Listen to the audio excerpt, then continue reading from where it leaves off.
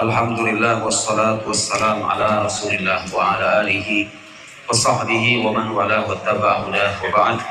Yang kami hormati para rektor seluruh sivitas akademika Universitas PGRI, para dosen, para tamu undangan, para mahasiswa.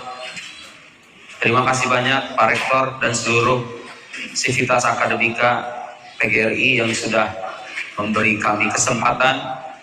Mudah-mudahan selama 1 jam lah Pak ya, nggak usah banyak-banyak kayaknya.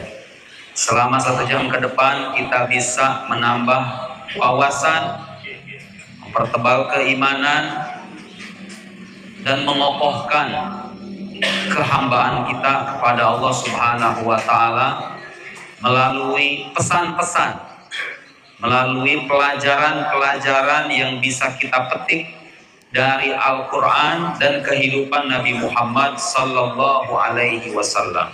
Sebelum saya mulai Pak, saya mau kesepakatan dulu. Kalau saya menyebut nama Muhammad, Bapak langsung simak Sallallahu Alaihi Wasallam. Karena dalam satu hadis populer Nabi bilang, al-bakhil, orang pelit itu, man dzukirtu indahu wa lam yusolli alaihi. Orang pelit itu kata Nabi, kalau namaku disebut di sampingnya, dia nggak mau sholawat.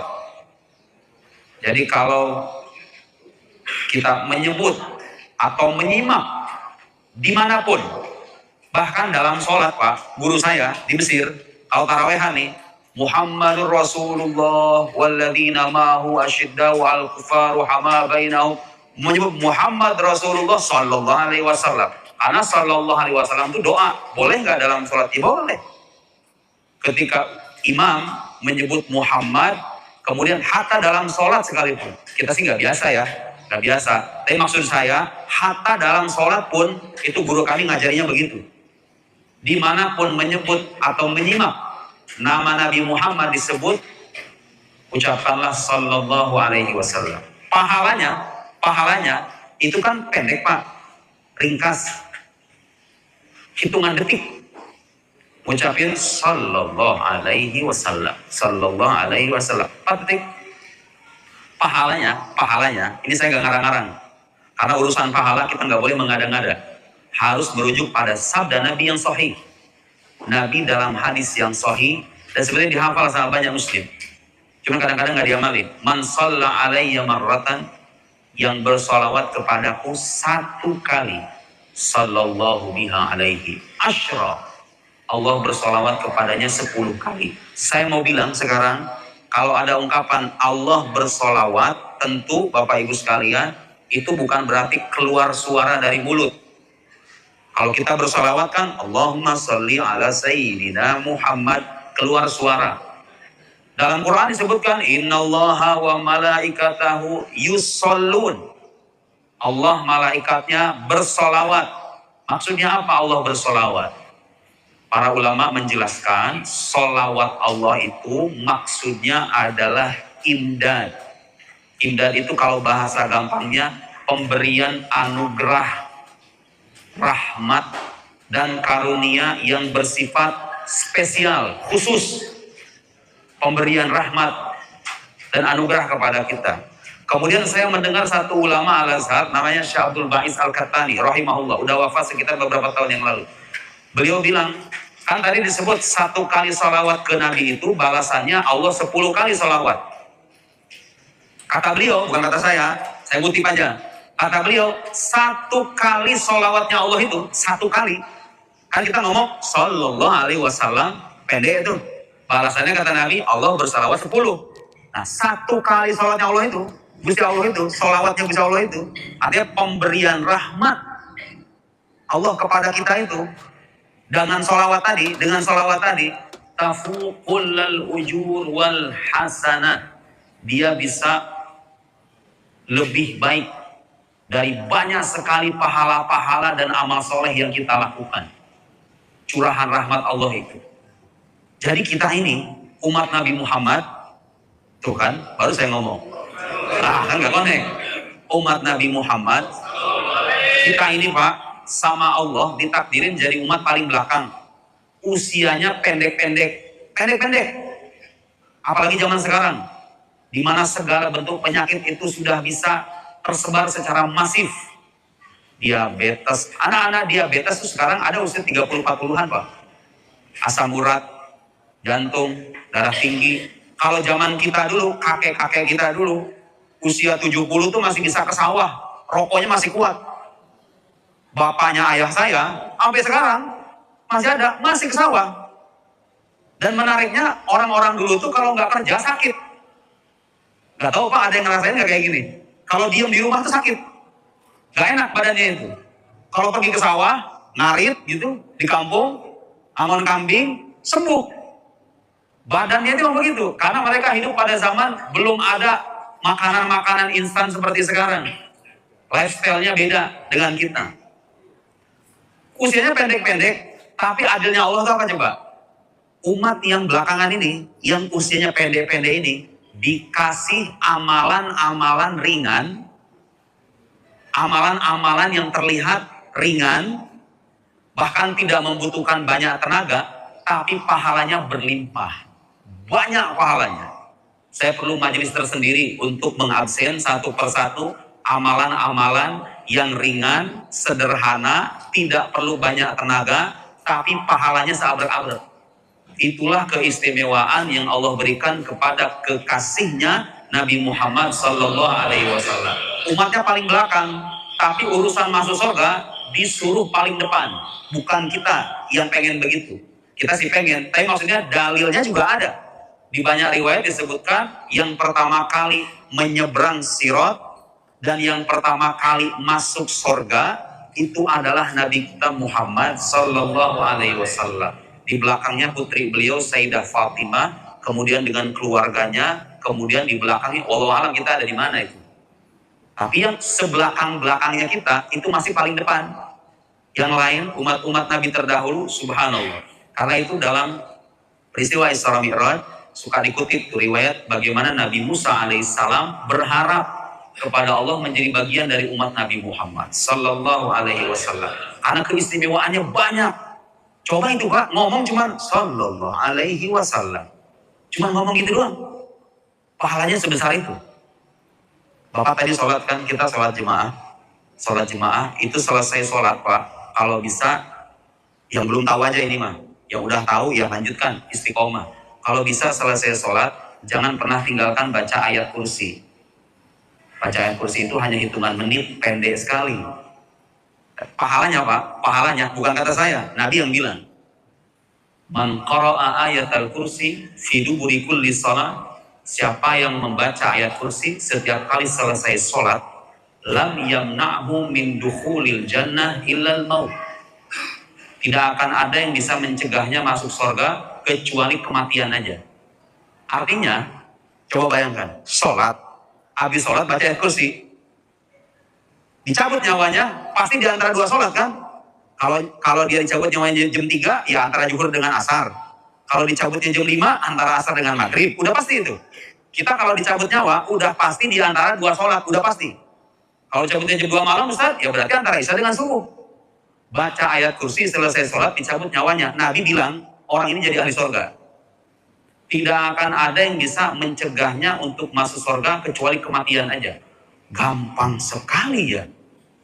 Ingat tapi Pak ya, menyangkut dosa sesama Bani Adam, menyangkut hak sesama manusia, meskipun Nabi udah memberikan kemudahan kita masuk surga, tapi hak-hak dan dosa-dosa kita kepada sesama manusia itu belum tuntas. Akan ada pengadilannya nanti, beda cerita itu. Tapi menyangkut dosa-dosa kita dengan Allah Subhanahu wa Ta'ala, Allah itu punya sifat-sifat yang diperkenalkan dalam kitab suci kita, Rahman, Rahim, Afu, Ghafur, Rauf, Rahim, Wadud, dan seterusnya. Jadi betapa kita ini, kalaulah kita sadar, sekarang menjadi muslim, tanpa kita minta, kita ini kan beragama rata-rata warisan sebetulnya. Warisan, sesuatu yang sudah given gitu loh. Bukan sesuatu yang mungkin ada 1, 2, atau berapa persen dari kalangan muslim di tanah air atau dimanapun yang memeluk Islam karena pencarian. Ada. Tapi rata-rata orang beragama Islam itu dari warisan. Hanya saja, meskipun kita beragama dari warisan, wajib hukumnya dan fardu ain. Kalau nggak dilakukan, dosa. Bahkan bisa jadi Islamnya nggak diterima. Wajib bagi siapapun yang sudah akil balik menjadi muslim, walaupun dia jadi Islamnya warisan, wajib dia mempelajari dasar-dasar agamanya. Fardu ain hukumnya. Harus tahu kenapa Allah disebut ada, kenapa Allah tidak bermula, kenapa Allah tidak berakhir, kenapa Allah itu harus maha kuasa, Ustadz. Kenapa dia harus maha mengetahui, kenapa dia harus maha mendengar. Wajib. Wajib fardu ain, dan itu yang sering diabaikan sama orang-orang Islam. Sholat tiap hari bertahun-tahun, puluhan tahun jadi muslim, tapi mengenal Tuhannya saja tidak. Itulah Bapak Ibu sekalian yang menyebabkan kenapa orang beragama puluhan tahun tidak merasakan manisnya iman. Sholat jalan tapi tidak merasakan manisnya iman karena cara beragamanya dibalik. Yang penting dan fardu ain dia kesampingkan, yang kadang-kadang sampingan dia utamakan. Yang dipikirin tuh haji aja mau umroh. Ya kan ya, Pak ya? Ada orang kayak gitu kan? Sama membantu, bagus. Kita peduli kepada sesama, membantu orang. Kita melaksanakan ritual peribadatan, merayakan seremoni, Maulid Nabi, bagus. Tapi yang tidak kalah penting dan paling mendasar dalam agama adalah iman kita kepada Allah Subhanahu wa Ta'ala yang harus didasarkan pada ilmu, bukan ikut-ikutan saja. Isra Mi'raj itu satu peristiwa agung dalam kehidupan Nabi Muhammad Sallallahu Alaihi Wasallam. Tapi saya yakin kebanyakan orang-orang Muslim awam yang suka merayakan Isra Mi'raj, merayakan Maulid, merayakan seremoni keagamaan apapun, nuzulul Quran dan semacamnya. Kalau ditanya, kenapa kamu meyakini Nabi Muhammad itu sebagai Nabi? Buktinya apa? Alasannya apa? Saya mau tahu. Kan gak bisa Pak jawabannya, saya meyakini beliau sebagai Nabi karena orang tua saya ngajarinnya begitu. Gak bisa itu. Yang pertama kali ditanya waktu kita mati masuk alam barzah, ketemu mungkar nakir, pertanyaan pertama bukan berapa jumlah donasi yang kamu salurkan, apa jabatan yang pernah kamu pegang, bukan. Berapa kali kamu haji dan umroh. Haji itu kan ibadah bagi yang mampu aja sebetulnya. Kan begitu Pak. Pertanyaan pertama, the first question. Pertanyaan pertama yang ditanya sama malaikat ke kita itu, who is your God? Man Rabbuk? Tuhanmu siapa? Selama ini jangan-jangan banyak orang beragama mengenal Tuhannya tidak, dia hanya ikut-ikutan saja. Orang lain melaksanakan ini, ya dia ikut. Orang lain merayakan ini, dia ikut. Padahal yang paling pokok dalam agamanya dia lupakan. Tidak belajar apa sifat-sifat Allah yang harus kita ketahui. Bagaimana caranya supaya kita bisa mengenal Gusti Allah lebih dekat. Bukan hanya sebatas ikut-ikutan. Itu yang fardu ain Bapak Ibu sekalian. Karena itu mudah-mudahan selama 1 jam atau kurang 40-50 menit ke depan, saya bisa membawa bekal yang bermanfaat. Yang fardu ain ini nih. Kalau Isra Mi'raj cerita Pak, kronologi. Bagaimana Nabi peristiwa Isra Mi'raj, Bapak tanya ChatGPT udah tahu itu. Ya kan? Mau kronologi Isra Mi'raj, ChatGPT lebih detail penjelasannya ketimbang saya. Mau bercerita tentang apa hikmah di balik Isra Mi'raj, ChatGPT juga bisa jawab. Iya kan Pak ya? Ayo, kita sekarang mulai mengoreksi cara beragama kita yang kadang-kadang mengabaikan yang paling pokok dan fardu ain, sementara yang dibahas, yang diperhatikan itu hal-hal yang sifatnya sampingan. Yang paling pokok dulu. Orang harus yakin, betul tidak agama saya ini agama yang benar dari Tuhan? Benar gak? Kita merayakan Isra Mi'raj, kita mengenal namanya mukjizat, meyakini Nabi Muhammad sebagai utusan Allah, itu benar gak? Keyakinan itu benar gak? Jangan-jangan selama ini kita menganut dongeng. Jangan-jangan selama ini yang kita yakini sebagai Nabi itu bukan Nabi beneran. Jangan-jangan selama ini kita terjebak pada khurafat. Jangan-jangan selama ini yang kita warisi ini bukan ajaran yang punya dasar. Kan bisa aja Pak. Orang beragama puluhan tahun, nemu pertanyaan kayak gitu tuh. Baca atau lihat di TikTok, lihat di Instagram, orang meragukan agamanya, ibadah puluhan tahun lenyap dengan masuknya keraguan ke dalam hatinya. Gak percaya Nabi Muhammad lagi. Bisa aja. Nauzubillah itu. Kalau nanti tiba-tiba dia mengalami itu, dia nggak bisa nyalahkan Gusti Allah, nggak bisa nyalahin siapa-siapa. Kenapa? Dia sudah diberikan akal, diberikan kesempatan belajar, diberikan kesempatan bertanya, diberikan kesempatan berpikir. Dia nggak gunakan itu, akhirnya imannya copot, imannya rusak, pindah agama, bahkan meninggalkan agama, bahkan tidak percaya kepada Tuhannya, bisa. Saya punya banyak kisah cerita orang dulunya nih Pak, yang paling nyata, yang emang udah terkenal di tempat saya belajar di Mesir. Ada orang dulunya kalau tiap hari itu suka jadi khotib. Kebayangkan Pak, bukan orang awam ini mah, khotib. Pakai imamah, pakai sorban khas orang Arab itu tuh. Dia menulis buku yang membela agama Islam. Artinya ini orang berilmu. Dia penulis buku, suka naik mimbar, ahli agama. Di penghujung hayatnya jadi ateis. Tahu kan Pak, ateis artinya tidak percaya Tuhan. Di penghujung hayatnya dia menulis buku-buku yang menunjukkan kekurangan ajarannya terhadap agama, mencaci maki agama, bahkan mencaci maki Tuhannya. Dia nulis buku, bahkan judulnya itu Al-Kaun Yuhakimul Ilah. Pokoknya cari aja di internet siapa itu namanya. Alam semesta menghakimi Tuhan. Pakai diksi-diksi kayak gitu tuh. Bisa kayak gitu. Ahli agama. Suka jadi khotib. Berakhir hidupnya menjadi ateis. Kok bisa Ustaz? Memang bisa. Itulah resiko kalau orang beragama hanya ikut-ikutan. Atau dia tahu. Bukan ikut-ikutan. Dia tahu. Dia paham agama. Cuma agama hanya sampai pada level pemahaman saja. Tidak masuk dan merasuk ke dalam sanubari hatinya.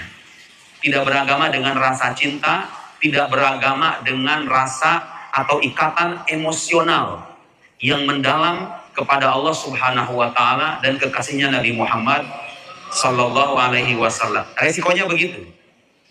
Yang beginian ini nih sebetulnya Bapak Ibu sekalian, orang Indonesia suka ngadain Maulid, Isra Mi'raj, apapun itu namanya. Salah satu manfaat dan tujuan pentingnya adalah supaya hati kita ini diisi oleh rasa cinta itu. Karena orang kalau sudah cinta dengan sesuatu, biasanya nggak mau lepas. Orang-orang yang meninggalkan agama, itu pasti dalam hatinya nggak punya rasa cinta kepada agama. Tapi orang yang dalam hatinya sudah tertanam rasa cinta kepada Rasulullah Sallallahu Alaihi Wasallam, rasa cinta kepada Allah yang telah menciptakannya, wallahi mau 1000 iblis sekalipun datang ke dia untuk meragukan, gak akan ragu. Karena sudah ada perasaan cinta itu. Itulah PR besar bagi kita semua. Kalau kita merasa bertahun-tahun jadi orang beragama, hati terasa hampa, sholat tidak terasa nikmat, puasa hanya sebatas ritual saja, seremoni keagamaan hanya sebatas acara-acara artifisial aja, itu tanda hati kita belum connect. PR-nya adalah gimana caranya supaya kita dalam sisa kehidupan kita ini terus-menerus memupuk dan memperdalam rasa cinta kita kepada Allah Subhanahu wa taala dan Rasulullah sallallahu alaihi wasallam. Bapak Ibu sekalian, sekarang saya menyinggung yang penting-penting. Apa buktinya dan kenapa? Kita meyakini Nabi Muhammad sallallahu alaihi wasallam udah berapa kali tuh Bapak sholawat? Itu dihitung sama malaikat. Dihitung sama malaikat itu. Iya kan? Setiap kali saya menyebut Nabi Muhammad, Bapak keluar dari tempat ini, dosa Bapak berguguran itu. Itu rahmat buat kita. Ditakdirkan sebagai umat Nabi Muhammad tuh kayak begitu. Setiap jengkalnya, Bapak pergi dari sana ke sini, setiap jengkal, likulli khutwah, setiap jengkalnya itu menghapus dosa. Iya kan? Bapak ketika datang ke kamar mandi, ketika Bapak berwudu doang Pak. Seiring dengan tetesan air terakhir yang mengucur, seiring itu juga dosa kita berguguran. Dan yang paling banyak dibasuh, itu anggota yang paling banyak dosanya. Lihat bagaimana Allah itu sebetulnya, ketika mentakdirkan kita sebagai orang beriman, Allah itu pengen. Allah itu sebetulnya menciptakan neraka bagi orang-orang yang sombong aja, yang gak mau aja. Kita ini sebetulnya diciptakan sama Allah. Bukti apa Pak? Apa buktinya kalau Allah pengen kita masuk surga? Coba lihat. Kita ini setelah diciptakan, diberikan petunjuk. Gak dibiarkan sendirian. Dikasih petunjuk, membedakan yang ini yang benar, yang ini yang salah, yang ini harus kamu ikuti, yang ini harus kamu tinggalkan. Diberikan petunjuk, bukan hanya sebatas petunjuk, diturunkan kepada kita sebaik-baiknya makhluk, yaitu Nabi Muhammad SAW. Kurang jelas apa itu? Kurang jelas apa? Dikasih sebaik-baiknya pemberi petunjuk, sebaik-baiknya kitab suci, sebaik-baiknya agama, sebaik-baiknya syariat, kita dapat karunia itu. Kalau orang muslim sadar dengan karunia itu, harusnya nggak banyak mengeluh. Soalnya kalau nggak ada nikmat lain selain itu, Pak, kan kita nanti mati semua. Setelah kita mati, ternyata itu tuh yang paling berguna itu. Yang paling berguna pas kita mati itu ya itu. Bukan yang lain-lain, yang lain cuma sampingan-sampingan doang. Alhamdulillah kita semua ditakdirkan sebagai umat Nabi Muhammad SAW. Ketika pertama kali menerima wahyu, Bapak Ibu sekalian, Nabi kita Muhammad SAW datang kepada istrinya seperti cerita yang sering kita simak. Kemudian berkata, "Zammiluni, zammiluni, tolong selimuti aku. Laqad khasyitu ala nafsi." Aku khawatir dengan diriku sendiri, kata Nabi. Karena nggak mudah apa ngelihat malaikat itu.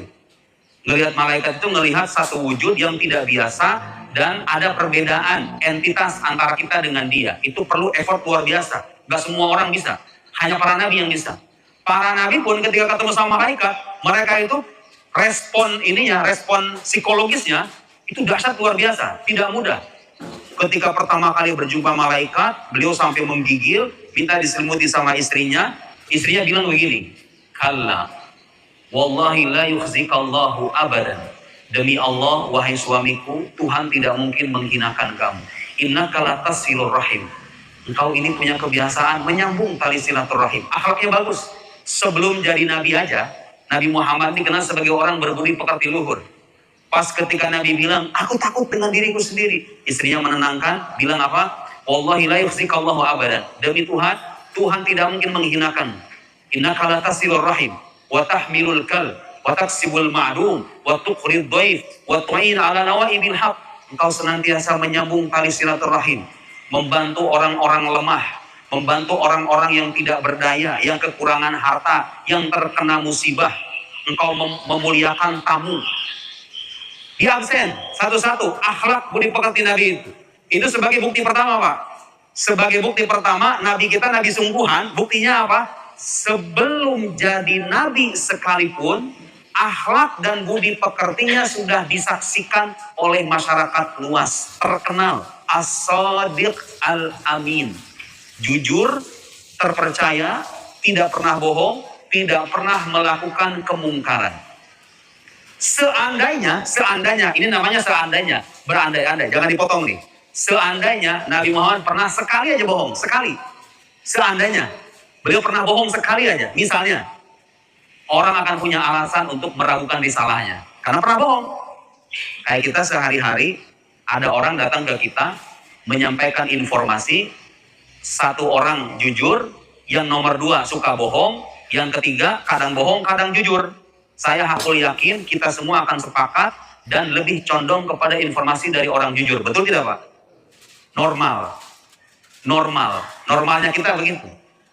Kita akan, bahkan kalau kita punya bestie yang udah kita kenal puluhan tahun dan kita tahu dia orangnya itu berintegritas, gak pernah bohong, mustahil kita tiba-tiba mendustakan dia. Ya kan? Karena kita punya track record itu. Nabi Muhammad SAW puluhan tahun hidup di tengah kaumnya, tidak pernah berbohong sekalipun. Bukti pertama. Karena itu sebetulnya Bapak kalau baca Al-Quran, orang-orang kafir di zaman Nabi Muhammad itu, sebetulnya mereka itu tahu dan gak mendustakan Nabi Muhammad. Saya berikan contoh. Di Quran itu ada ayat dia begini. Walladzina atainahumul kitaba ya'lamuna annahu munazzalun mir rabbika bil haqq fala takunanna minal mumtarin. Orang-orang yang telah diberi Alkitab, orang Yahudi Nasrani di zaman Nabi maksudnya, sudah membaca kitab perjanjian lama, perjanjian baru. Mereka yang punya pengetahuan tentang kitab-kitab kuno, mereka itu, kata Al-Quran, ya'lamun. Mereka tahu bahwa yang diterima oleh Nabi Muhammad itu adalah wahyu dari Allah Subhanahu wa Ta'ala. Tahu mereka. Di ayat yang lain, di suratul An'am dikatakan, walaqad na'lamu innahu la yahzunuka alladhi yaqulun fa innahum la yukadzibunaka. Fa innahum la yukadzibunaka. Sesungguhnya mereka itu tidak mendustakanmu wahai Muhammad. Orang-orang kafir di zaman kehidupan beliau itu tidak mendustakan dengan hatinya. Mereka tahu ini bukan manusia biasa, kejujurannya sudah teruji, gak punya alasan mereka pengen mendustakan itu. Hatinya sebetulnya tahu ini utusan Tuhan, tapi mereka mendustakan dengan lisannya. Yang menarik Pak, di Al-Quran itu tidak ada satupun tuduhan orang kafir, orang musyrik kepada Nabi Muhammad sebagai pembohong. Itu gak ada. Ada tuduhan gila, ada tuduhan penyihir, ya nggak Pak? Nabi Muhammad itu sebagai majnun, sebagai sahir, sebagai penyihir. Tapi nggak ada satupun tuduhan mereka Nabi Muhammad kadzab misalnya, pendusta, nggak ada itu. Nggak ada satupun. Karena mereka tahu ini manusia hidup puluhan tahun, nggak pernah sekalipun berbohong. Bahkan sebelum beliau berdakwah secara terang-terangan, naik ke Jabal Sofa, hadisnya ada di Sahih Bukhari, hadisnya sahih. Beliau naik ke Jabal Sofa, kemudian manggil suku-suku Arab. Ya Bani Abdi Manaf, ya Bani Fihr, ya Bani Fulan, Bani Fulan. Dipanggil satu-satu semuanya suku-suku Arab itu. Dan tidak biasanya, beliau naik ke satu bukit, tiba-tiba manggil orang dengan suara yang kencang. Beliau kemudian bilang di hadapan mereka, orang banyak itu. Ara'aitakum, lau akhbartukum anna khailan bisafi hadzal jabal, turid an tughiru alaikum, akuntum musaddiqi. Wahai Bani Fulan, wahai Bani Fulan, seandainya aku kabarkan kepada kalian, ada pasukan berkuda di balik bukit ini, kan mereka di depan, Nabi Muhammad di atas bukit, bukitnya kan gak kelihatan belakangnya, bukitnya kan gak kelihatan. Beliau bilang, seandainya aku mengabarkan kepada kalian, ada pasukan berkuda di balik bukit ini akan menyerang kalian, apakah kalian percaya kepadaku? Jawaban mereka semuanya sepakat, ma jarrabna alaika kadiban qat. Kami tidak pernah menjumpai kebohongan sekalipun dari engkau wahai Muhammad. Mereka percaya Pak. Nabi yang naik di atas bukit bilang, kalau saya yang ngomong, ada pasukan berkuda pengen nyerang kalian di belakang bukit ini, kalian gak ngelihat, kalian percaya sama saya? Percaya mereka. Itu satu bukti. Makanya ketika Nabi datang ke Waraqah bin Naufal ini seorang pendeta yang punya wawasan tentang kitab-kitab kuno, tahu kedatangan Nabi akhir zaman. Ketika datang ke Waraqah bin Naufal bilangnya apa? Kudus, kudus. Hadan namus alladzi unzila ala Musa. Maha suci, maha suci. Ini adalah malaikat yang dulu pernah diturunkan kepada Musa. Ya laitani akunu jaza'an. Kata Waraqah bin Naufal, seandainya aku menjadi seorang pemuda yang gagah, idh yukhrijuka qaumuk, ketika engkau dikeluarkan oleh kaummu. Kata Waraqah bin Naufal, seandainya aku menjadi seorang pemuda yang gagah ketika kaummu kelak akan mengusirmu. Nabi Muhammad terheran-heran Pak dengan perkataan Waraqah ini. Tahu gak jawaban Nabi apa? Awang mukhrijiyahum, mereka mengusir saya? Orang-orang Mekah itu akan mengusir saya? Nabi Muhammad gak membayangkan orang-orang Mekah mengusir beliau. Kenapa? Karena berpuluh-puluh tahun hidup di tengah orang-orang Mekah, tidak pernah beliau itu didustakan, tidak pernah dikucilkan, tidak pernah diintimidasi. Beliau hidup damai dengan mereka dan mereka semua tahu ini orang jujur. Sampai-sampai kalau kita baca kitab Sirah, ketika Nabi Muhammad hijrah ke Madinah, ini episode lanjutannya, ketika beliau hijrah ke Madinah, beliau itu nitip pesan ke Sayyidina Ali untuk mengembalikan titipan-titipan orang Mekah. Jadi yang unik, orang-orang Mekah ini lisannya nggak mau percaya kepada beliau, tapi urusan titip menitip barang percaya sama beliau.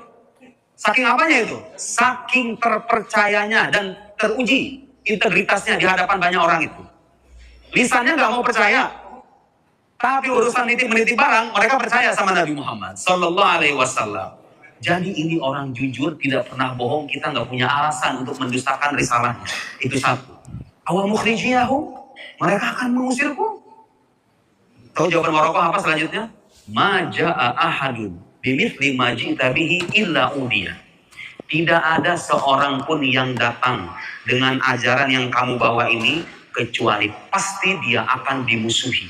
Dimusuhi.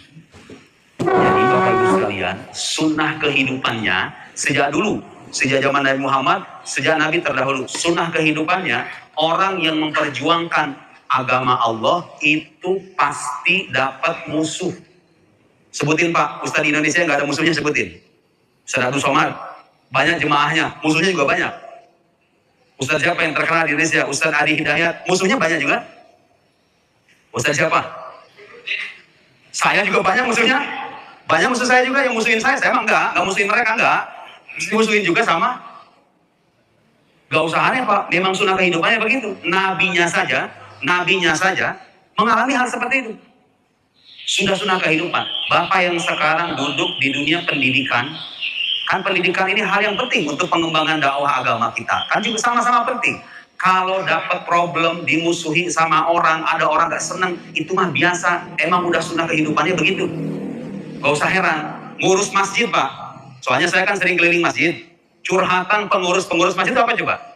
Capek Ustaz jadi pengurus masjid itu. Kita berbuat baik aja, orang masjidnya seujun aja. Ya kan begitu benar. Gak usah heran Pak. Memang begitu nasibnya. Selama kita memperjuangkan, menyebarkan agama, udah pasti dimusuhi orang. Gak usah berharap orang suka sama kita semuanya, kagak bakal. Jadi kalau ada ustad kagak ada musuhnya, saya mah ragu itu. Ustad beneran apa bukan itu? Kalau ada ustad kagak ada musuhnya, saya ragu terus terang. Itu ustad beneran apa bukan itu?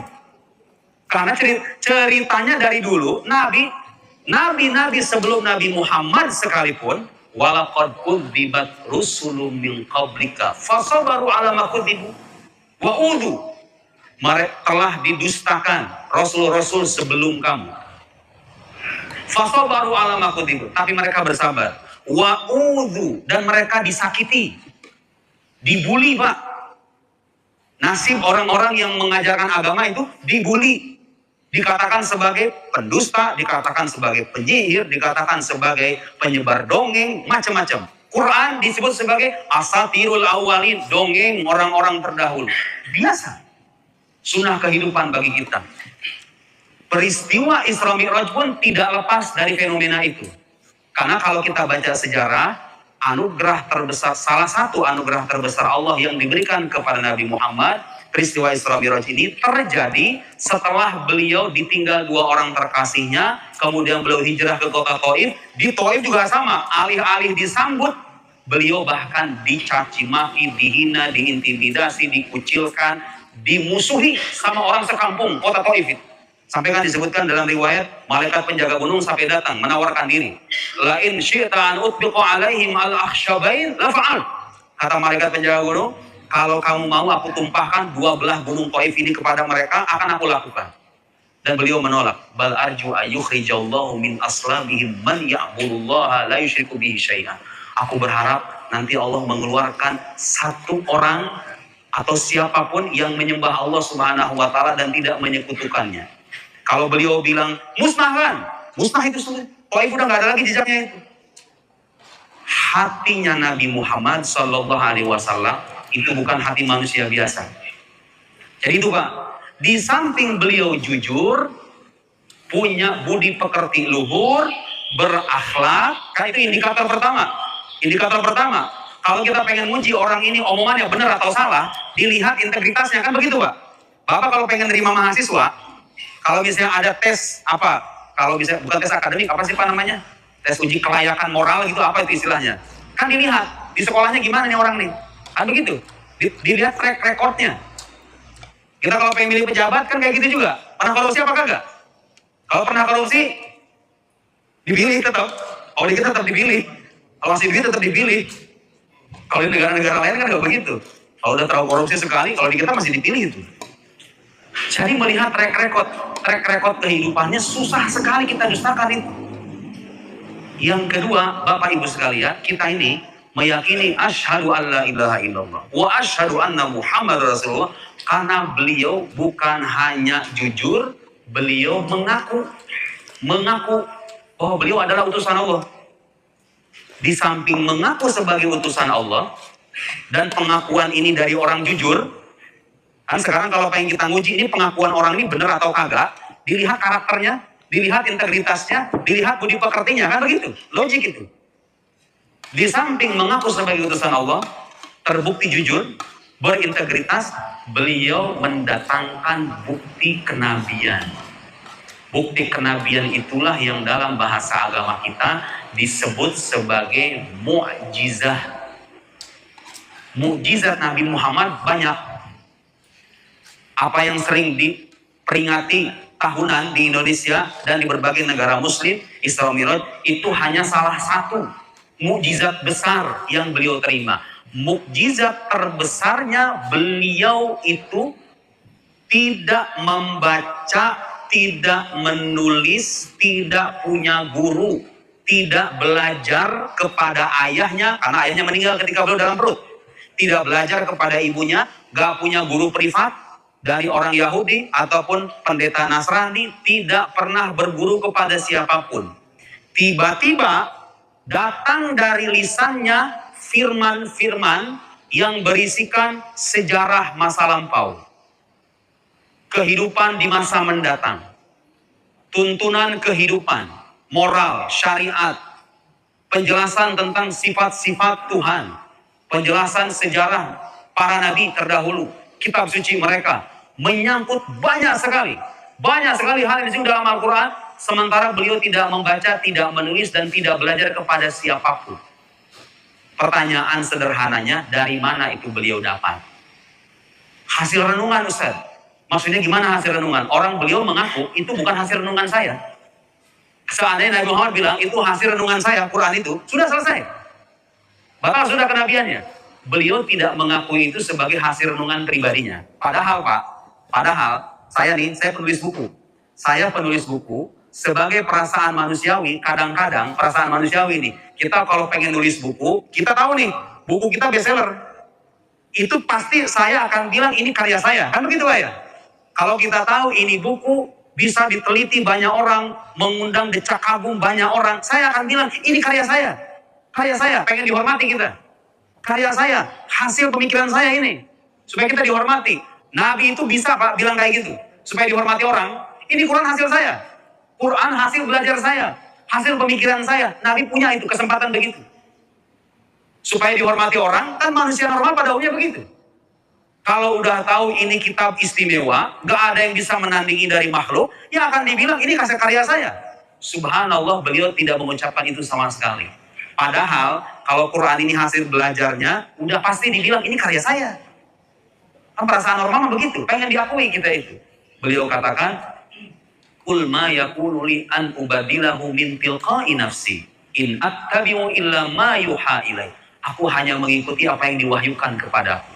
Jadi Bapak kalau baca Al-Quran, gak usah paham bahasa Arab. Gak usah paham bahasa Arab. Kan banyak orang bilang Quran itu sisi kemujizatannya adalah bahasanya, ya kan?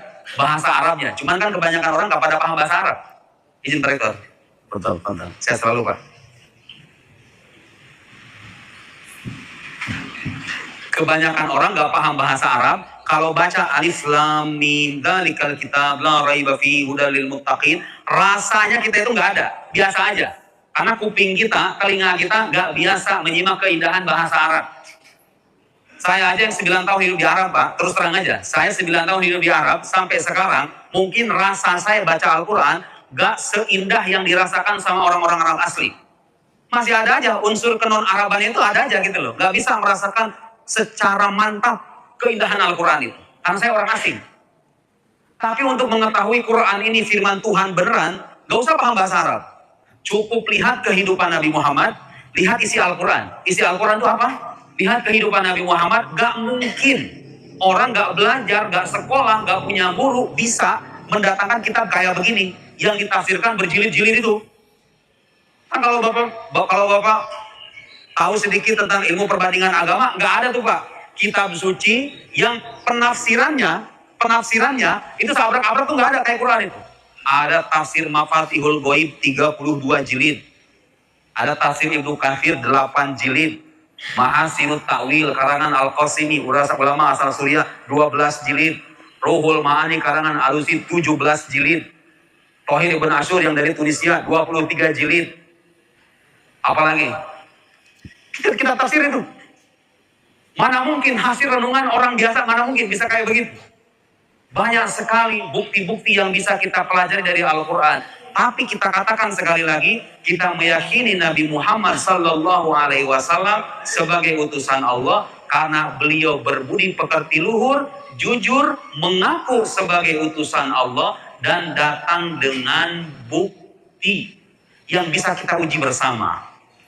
Karena itulah kita meyakini secara mantap, kita bersaksi tiada Tuhan selain Allah dan Muhammad sallallahu alaihi wasallam adalah utusan Allah. Di antara bukti lain, Bapak Ibu sekalian, supaya tahu ini Nabi beneran, ya ini yang kita peringati kayak gini nih. Gak ada manusia normal bisa, kalau dongeng sih ada Pak, dongeng ada. Dongeng-dongeng orang bisa naik ke langit, Sun Gokong juga bisa naik ke langit kan? Saya soalnya masih hidup, gak tahu Bapak tahu itu gak serial Sun Gokong itu? Sun Gokong, Ton Sancong, Cupat Kai, Uneng. Dia naik ke langit kan? Ketemu Dewi Kuan Yin kan? Nemu kitab suci dia kan sana kan? Ya ada, dongeng ada. Tapi kenapa kita nggak bilang Sun Gokong sebagai nabi? Padahal dia bisa naik ke langit. Ya karena itu dongeng. Itu dongeng dasarnya nggak jelas. Itu dasarnya imajinasi, cerita fiktif, bukan fakta. Emang bedanya gimana Ustadz? Ini dongeng, ini fakta. Dilihat sumbernya apa?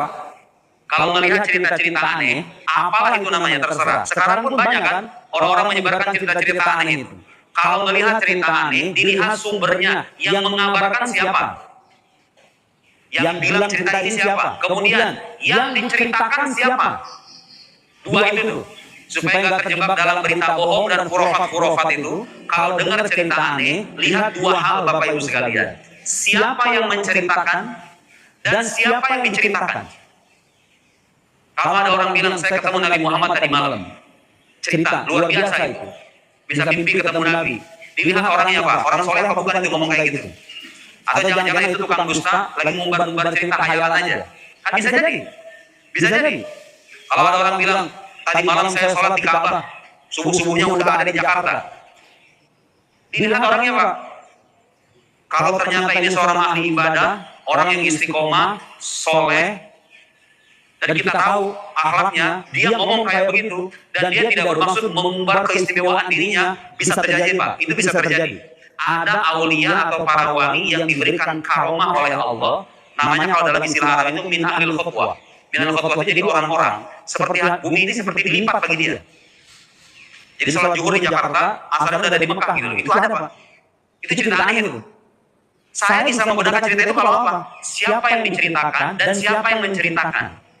Kalau yang menceritakannya begundal-begundal, orang-orang yang memang kita ragukan kejujurannya, gak usah percaya. Tapi kalau menceritakannya seorang alim, yang istiqomah menjalankan syariat, istiqomah beragama, boleh jadi itu terjadi beneran. Kalau terjadi pada orang soleh, kita menyebutnya karomah. Kalau peristiwa luar biasa ini terjadi pada seorang nabi, itu namanya mukjizat. Beda Pak. Kalau peristiwa luar biasa itu terjadi pada orang yang akan menjadi nabi, namanya irhas. Kalau terjadi pada orang durhaka, namanya istidraj. Kalau terjadi pada orang awam, ada orang pergi ke jalanan, kemudian ditabrak mobil truk, tiba-tiba fisiknya sehat-sehat aja. Gak kelindes, padahal dilindes beneran, tapi gak luka. Itu namanya ma'unah. Tuh, istilah-istilah tuh. Istilah-istilah yang diberlakukan pada sesuatu yang kharib lil ada, yang peristiwa yang luar biasa. Ada atau enggak ada? Allah Maha Kuasa. Dia bisa saja membatalkan hukum alam. Apa masalahnya? Dia yang bikin alamnya kok. Bisa saja, mungkin, gak mustahil itu. Gak mustahil menurut akal kita mungkin aja. Ketika Nabi Muhammad diperjalankan dari Masjidil Haram ke Masjidil Aqsa, saya mendengar penjelasan ulama bilang, di zaman Nabi Pak, di zaman Nabi, itu orang Muslim yang mendustakan beliau juga ada. Kebayang nggak? Betapa peristiwa ini tuh ujian keimanan, hatta bagi orang-orang Muslim. Kalau orang kafir udah jelas mendustakan, diejek. Abu Jahal itu bahkan memanggil semua orang-orang Mekah supaya mendengarkan penuturan kisah Nabi Muhammad supaya diejek bareng-bareng. Dalam riwayat dikatakan begitu. Ternyata ada sebagian kecil kaum Muslim juga sama-sama murtad, keluar dari agama gara-gara gak percaya dengan kisah beliau ini. Padahal kalau kita yakin Allah Maha Kuasa, kekuasaannya bersifat mutlak, dan Al-Quran mengatakan Subhanalladzi asra bi abdi. Maha suci Allah yang memperjalankan, bukan beliau yang berjalan tapi diperjalankan. Allah yang memperjalankan dengan kekuasaannya, Tidak ada yang mustahil menyangkut kekuasaan Allah Subhanahu wa taala. Tapi itulah masalah hati manusia. Masalah hawa nafsu manusia yang kadang-kadang enggan menerima kebenaran. Ketika kebenaran itu bisa mengganggu jabatannya, mengganggu kedudukan sosialnya. Tahu Nabi Muhammad ini orang jujur. Cuma orang-orang kafir di zaman itu, kalau diakui Nabi Muhammad sebagai Nabi, jabatan mereka hilang. Posisi sosial mereka lenyap. Ketika Nabi diangkat, bahkan ketika Nabi hijrah ke Madinah, ada seorang pembesar Madinah namanya Abdullah ibn Ubay ibn Salul. Dulunya Abdullah bin Ubay ibn Salul ini mau diangkat sebagai pemimpin Madinah, mau diangkat sebagai kepala negara di Madinah. Abdullah ibn Ubay ibn Salul. Nabi Muhammad datang, ternyata orang-orang Madinah lebih simpatik kepada beliau. Diangkatlah Nabi Muhammad sebagai kepala negara, bikin traktat politik namanya Mitsaqul Madinah. Cek di internet itu, isinya bagus sekali. Bahkan banyak sebagian sarjanawan Barat mengatakan isi traktat atau traktat politik Madinah itu, Mitsaqul Madinah itu sudah mendahului konsep negara modern yang saya pernah baca, siapa namanya, Robert Bellah yang bilang. Isi traktat politik yang Nabi Muhammad ketika di Madinah itu luar biasa. Bagaimana beliau menyatukan suku-suku yang heterogen, suku Aus, suku Khazraj, orang Yahudi, orang Nasrani, orang Muslim, hidup rukun bersama-sama. Yang masuk gereja, yang masuk sinagog diberikan kebebasan. Kan konsep yang kita butuhkan di negara modern kayak begitu.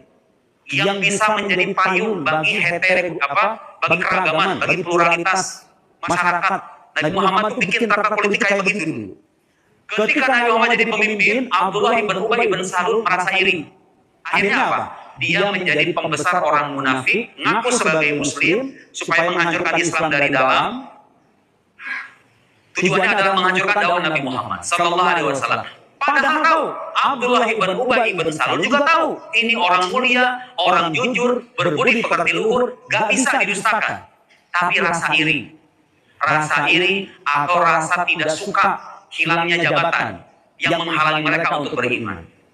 Karena itu bersyukurlah Bapak Ibu sekalian, kita semua hari ini dan mudah-mudahan sampai hari kiamat nanti kita ditakdirkan sebagai umat Nabi Muhammad sallallahu alaihi wasallam. Saya nggak tahu masih ada waktu apa kagak ini.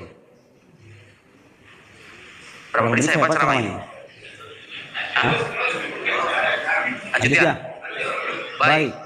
Saya tadi bilang, neraka itu sebetulnya Allah ciptakan pertama-tama bukan untuk orang beriman, untuk orang kafir.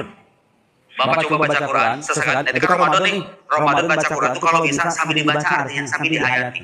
Berdasarkan renungan pribadi saya, kalau baca Quran, yang dikutuk sama Tuhan itu ternyata satu akhlak. Dan itu menjadi semen perekat orang-orang kafir. Mau itu munafik, mau itu musyrik, mau itu kafir, rata-rata punya akhlak yang satu ini. Neraka itu didiami sama orang yang punya akhlak satu ini, yang paling bahaya. Yang jangan sampai hinggap di hati kita. Kalau akhlak ini nggak ada, insya Allah kita selamat. Apa coba Pak? Apa coba itu? Apa coba? Istikbar. Akhlak sombong. Itulah akhlak yang dulu pernah mengeluarkan iblis. Iblis itu ahli ibadah, ahli ilmu. Dia mengenal Tuhan. Iblis itu percaya sama Tuhan, Pak. Iblis itu nggak ingkar sama Tuhan. Dia percaya sama Gusti Allah. Cuma kepercayaannya nggak manfaat. Karena kepercayaannya tidak disertai pengakuan dan ketundukan kepada Tuhan. Itulah akhlak yang dulu mengeluarkan iblis dari surga. Itulah akhlak yang diwarisi oleh orang-orang kafir dari sejak zaman Nabi Muhammad, sejak zaman Nabi terdahulu, orang-orang kafir sampai sekarang. Rata-rata yang nggak mau beriman itu, ada sih orang-orang nggak beriman bukan karena dia sombong, emang masih proses mencari, Pak. Terutama di Eropa, di Barat itu. Banyak orang-orang yang sebetulnya belum memeluk Islam, bukan karena memusuhi Islam, cuma karena belum dapat penjelasan yang memuaskan tentang Islam. Makanya mereka masih nyari. Kasihan sebetulnya. Saudara-saudara kita yang di Eropa itu, yang non-muslim itu, ada miliaran orang di dunia ini belum bersyahadat. Mereka belum mengenal Islam. Kalau tahu Islam yang sesungguhnya, udah selesai, beriman mereka. Tapi ada orang-orang sudah tahu Islam ini agama yang benar, diingkari dengan hati dengan kesombongan. Mari kita lihat Pak. Orang kafir disebutkan dalam Al-Quran, وَيَوْمَ يُرَدُ الَّذِينَ كَفَرُوا عَلَى النَّارِ أَذْهَبْتُمْ طَيِّبَاتِكُمْ فِي حَيَاتِكُمُ الدُّنْيَا وَاسْتَمْتَعْتُمْ بِهَا فَالْيَوْمَ تُجْزَوْنَ عَذَابَ الْهُونِ. Hari ini kata Allah, kalian diberikan balasan yang menghinakan kalian. Gara-gara apa? Gara-gara apa? Mereka dimasukin ke neraka gara-gara apa? Bima kuntum tastakbiruna fil ardi bighairil haqq. Wa bima kuntum tafsukun. Gara-gara kalian sombong kalian diberikan balasan yang menghinakan, kata Allah kepada orang kafir, atas kesombongan kalian di muka bumi dan kefasikan-kefasikan yang kalian lakukan. Disebutkan kesombongan dulu, baru kefasikan. Artinya begini Pak, kefasikan, maksiat, ya Bapak Ibu sekalian, kalau kita melihat peristiwa yang terjadi dalam kisah Iblis, Iblis dengan Nabi Adam. Iblis diusir dari surga bukan karena dia bodoh, bukan karena dia tidak percaya kepada Tuhannya, bukan karena dia kurang ibadah. Iblis itu. Iblis diusir dari surga oleh Allah. Fakhruj minha, gimana? Ma yakunu laka an tatakabbara fiha fakhruj innaka minas sagirin. Kamu tidak layak sombong Iblis di sini. Dikeluarkan dari surga gara-gara dia sombong. Dikeluarkan dari surga bukan karena dia bermaksiat aja. Bukan karena dia nggak mau sujud sama Nabi Adam doang. Jadi iblis itu dikeluarkan bukan semata-mata karena tidak mau sujud kepada Nabi Adam. Dia tidak mau sujud kepada Adam sekaligus dia sombong kepada Tuhannya. Itu gara-gara itu. Karena itu dalam Al-Baqarah disebutkan wa yaquluna lil malaikati isjudu li Adam fasajadu illa iblis. Lanjutannya apa?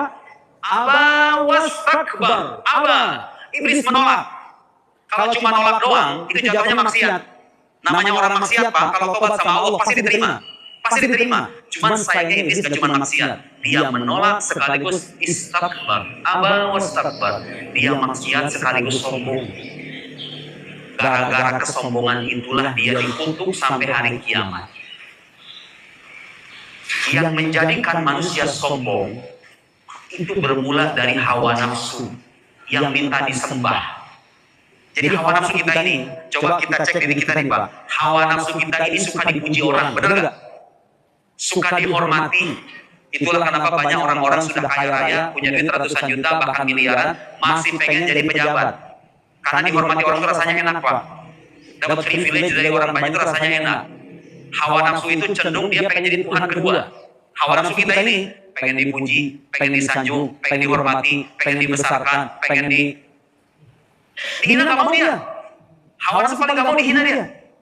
Paling sakit dia dihina, direndahkan. Hawa nafsu kita itu. Agama itu turun ke dunia ini, tujuannya diantaranya mendidik hawa nafsu kita itu. Kalau Bapak Ibu perhatikan, semua ibadah dalam Islam, semuanya. Saya bilang semuanya, hampir semuanya. Kalau Allah berkata semuanya, hampir semuanya itu bertujuan mendidik hawa nafsu kita. Dari mulai kita sholat, coba aja lihat, perhatikan gerakan-gerakan dan bacaan sholat itu. Isinya apa itu coba? Isinya adalah mengetuk kesadaran kita bahwa kita adalah hamba Tuhan. Dan kita gak layak sombong di dunia ini. Kita ini hamba yang lemah. Disuruh sujud, disuruh ruku. Lafal pertama yang diucapkan pun menyaksikan kebesaran Allah dan melenyapkan kedirian kita. Allahu Akbar. Sementara orang sombong mengatakan, enggak saya. Hasil kerja keras saya. Ini saya dan saya. Puasa yang mau kita tunaikan juga sama. Itu bagian dari edukasi mendidik hawa nafsu kita supaya terkendali. Kalau nafsu terkendali, ilmu akan bermanfaat. Coba, banyak orang pintar di dunia ini, kita bisa bicara dunia di Indonesia aja. Indonesia kita ini gak kekurangan orang pintar. Setuju gak Pak sama saya Pak? Orang pintar banyak banget. Orang pintar tuh banyak banget di negeri kita itu. Tapi ilmu, manakala tidak diimbangi dengan iman, atau dia dibungkus dengan hawa nafsu, ilmu itu alih-alih memberikan maslahat, yang ada dia memberikan mafsadat. Ya kan Pak? Fakta kan? Banyak orang terpedaya dengan ilmunya. Kalau Bapak pernah lihat di medsos, ada ustadz, ada kiai, ada pemuka-pemuka agama yang melakukan pelecehan seksual, ada apa ya? Kayak gitu ya. Itu contoh Pak. Ilmu yang gak manfaat. Ilmunya dia tahu hal haram. Itu ustadz-ustadz kayak gitu kalau disuruh berdalil, dia langsung gak usah buka Quran, itu langsung ngomong dia. Ini halal, ini haram, tahu. Wala taqrabuz zina innahu kana fahisyatan wa sa'a sabila, tahu dia. Contoh Pak, manakala ilmu tapi tidak diimbangi dengan hawa nafsu yang terdidik, akhirnya begitu. Jadi malapetaka. Kita disuruh berpuasa, haji, zakat. Emang zakat kita zakat